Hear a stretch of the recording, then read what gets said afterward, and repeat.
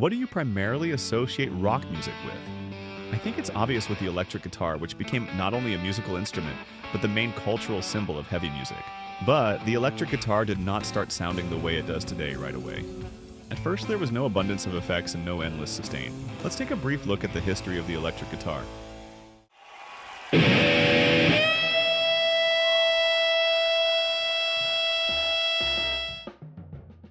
At the beginning of the 20th century, the guitar was not a particularly outstanding instrument compared to others.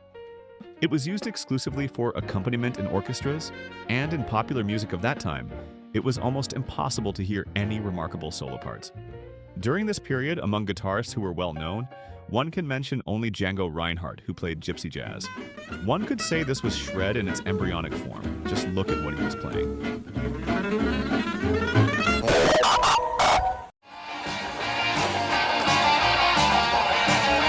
Guitarists were unhappy that they could not be heard, and they began looking for ways to become louder.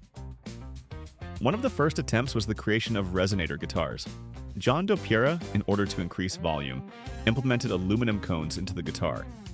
3 thin aluminum cones reacted to the vibration of the strings through a T-shaped bridge, acting like horns, similar to the drivers in modern speakers.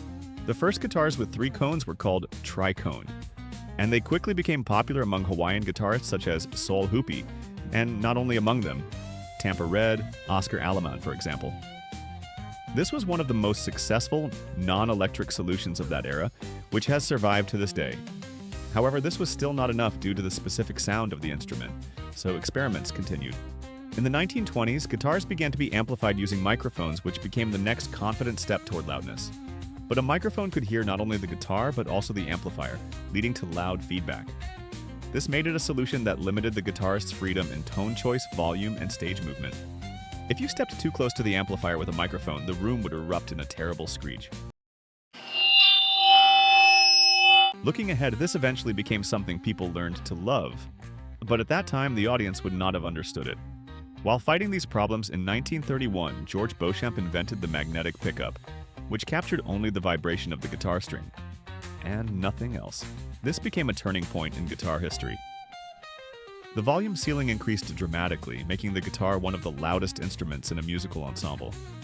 Now, solo parts could be played without any problem, because the musician would definitely be heard.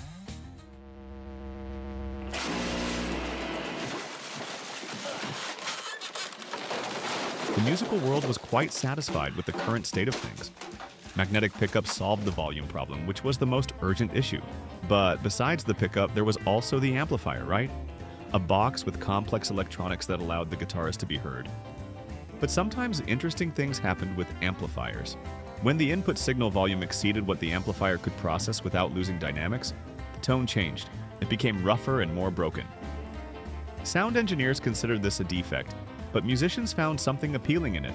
They liked it, so they began intentionally damaging their amplifiers to achieve this tone.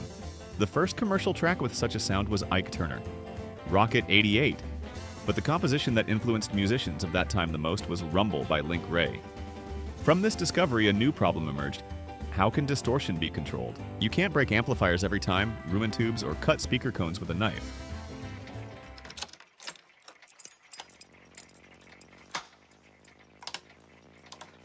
In response to the growing interest in distorted sound, Gibson released the Maestro FZ1 fuzz tone guitar pedal. Initially, the pedal was received quite coldly by the market, but the Rolling Stones saved it by releasing the track Satisfaction. Listeners liked the specific buzzing tone it produced. It is also worth mentioning the tone bender pedal, which was used by Jeff Beck from the Yardbirds and Jimmy Page from Led Zeppelin. However, the fuzz sound still felt rather strange. It was very specific and mostly used in psychedelic rock styles. Playing big chords was difficult because the notes were not very distinguishable. Therefore, tube distortion became the priority for musicians. A true breakthrough in this direction was the Marshall 1959 Superlead Plexi. Thanks to its innovative internal design, the sound became much more refined. The music of Jimi Hendrix, Jimmy Page, Eric Clapton, and Angus Young of AC/DC made this amplifier popular among musicians. And it is still used to this day. Eddie Van Halen was no exception. Eddie was a person who followed the idea of the more, the better, and always tried to squeeze the maximum out of everything he had. That's why he always turned all the knobs all the way up. The next part of the video will be dedicated to Eddie Van Halen. Might want to give it a minute. In his early years, Eddie was quite poor, but he never accepted limitations.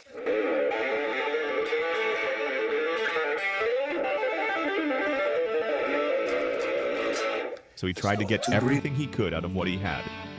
This man, not being an engineer and never working in those fields, had a massive influence on the electric guitar sound. Previously, amplifiers did not have separate volume and gain controls, so it was impossible to play quietly with a distorted sound. But Eddie bought a European amplifier designed for 220 volts and plugged it into the American 110-volt power grid, discovering that the amplifier sounded distorted but quieter. By connecting it through a voltage regulator, Eddie effectively gained separate volume and distortion controls. His next step was the creation of his signature guitar. Humbucker pickups from Gibson guitars sounded much better and cleaner under distortion than Fender pickups, but he always liked the tremolo arm on Fender guitars, so he built his own guitar, combining the best of both worlds. This man knew what he wanted, was not afraid to experiment and be himself, and turned the music world upside down. Eddie's contribution cannot be overstated. He was the most influential musician of the 1980s. This was a brief history of how the electric guitar became an icon of rock music. If you're interested in stories like this, subscribe to the channel and leave a like. There's a lot of interesting content coming.